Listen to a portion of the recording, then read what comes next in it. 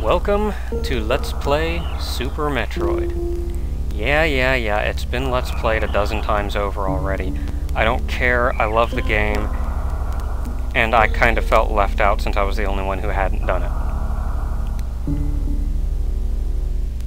God dang it. You're not supposed to start a demo, you're supposed to start the game. Now, you may be curious what the PMSR stands for. I'm going to be playing through this game a little bit differently than you usually play, than your usual Let's Play. PMSR is a poor man's speed run. I'm going to breeze through this game as fast as possible. I don't pretend to be the best player in the world, but I like to think I'm fairly good, and I know a lot of tips and tricks to make things go a little bit faster. So the main purpose of this Let's Play is going to be to show off all these nifty little shortcuts.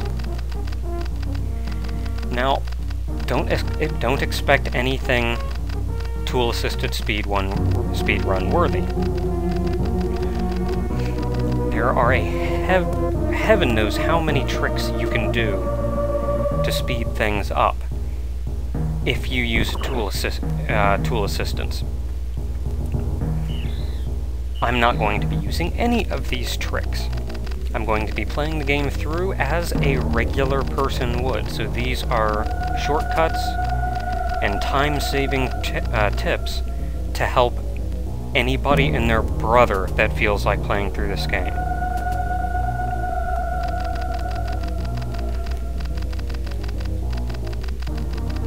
I'm going to be using save states. I'm going to try not to abuse save states, but since the goal of this is to go for the fastest time possible, I'm going to be using save states to that end. Now, Super Metroid, as many of you know very well, just about one of the best games going. Now, I'm not going to assume everyone knows this game inside and out, so I'm still going to be explaining some rather basic things, but I'm not going to dwell on them. This game takes place right after Metroid 2: Return of Samus on the Game Boy, as you saw in the little opening there. So in running back to Ceres Station, you find that it's under attack.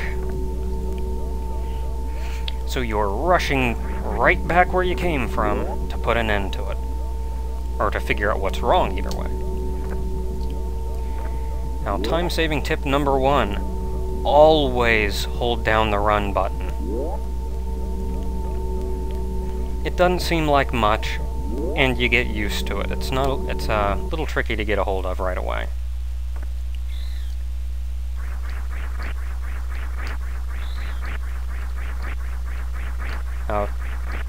Tip number 2. You do not actually have to defeat Ridley here. Ridley automatically leaves if you take a certain amount of damage. So if you're going for speed, just get your sorry butt kicked. Should be any time now, really. He only leaves you with some 20, I guess 30 life. No, hurt me more! That sounded wrong. Emergency! Self-destruct sequence activated! Now, I've played through a number of Super Metroid ROM hacks. Predominantly, I played through Super Metroid Redesign, which is an extended version of Super Metroid designed to be, I don't want to say difficult, but it's designed for the people who have gotten really good at the original Super Metroid. So you have to do things like wall jumping just to get around. And I've already messed up in a number of places here. And I always get hit by that last bit of steam.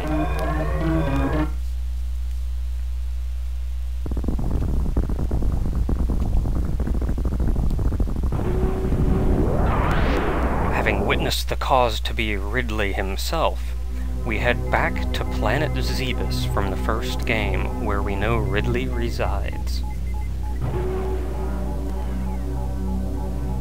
And this has got to be about my favorite Ridley right here. Doesn't look cartoony, looks like he could just about tear your head off. Really like the mood of this game. The more recent Metroid games seem to have gotten, the handheld ones anyway, seem to have gotten a little too cartoony for my tastes. This one's just dark and foreboding and nasty. Now, where we are heading first, our first major task is to defeat Torizo. However, we cannot get to Torizo without missiles. So we head right on down. Let's see here. There we are. So we head down this way, down the old shaft we had to escape through the end of the very first game.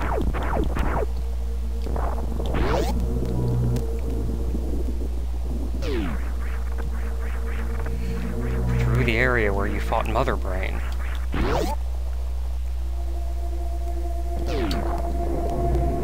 Which then takes us down to Brine Star, where the first set of missiles is.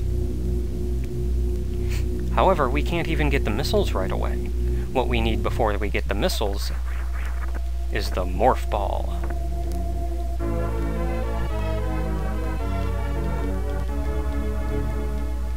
Now, I imagine a faster way to get out, but I'm going to mess it up 1,000 times. There we are. Slightly faster way to get out. And if you fire, the split second you come out of that door, you can just blow through all the blocks. So we go down here with the Morph Ball and get our first missiles. Now, this is not going to be a minimum item run. I'm not nearly good enough at this game to beat the bosses and whatnot with so little life and items. I'm getting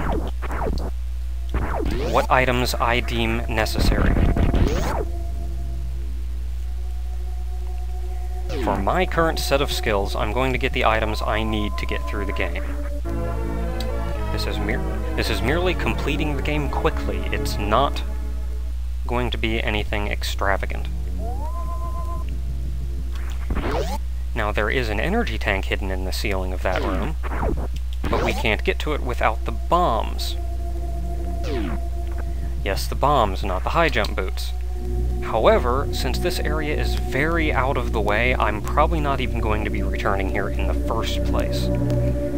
Plus, I'm horrible at doing bomb jumping, so I'm probably just going to avoid getting it all together.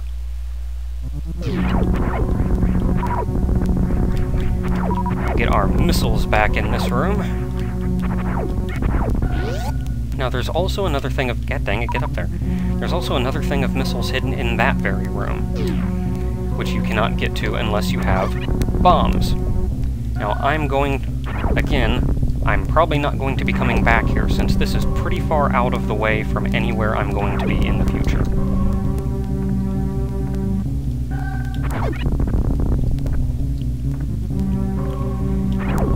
Probably one of the more time-consuming areas here.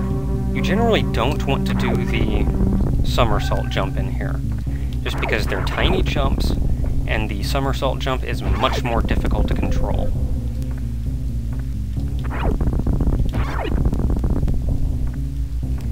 As we see, having gotten the Morph Ball now, the area has woken up.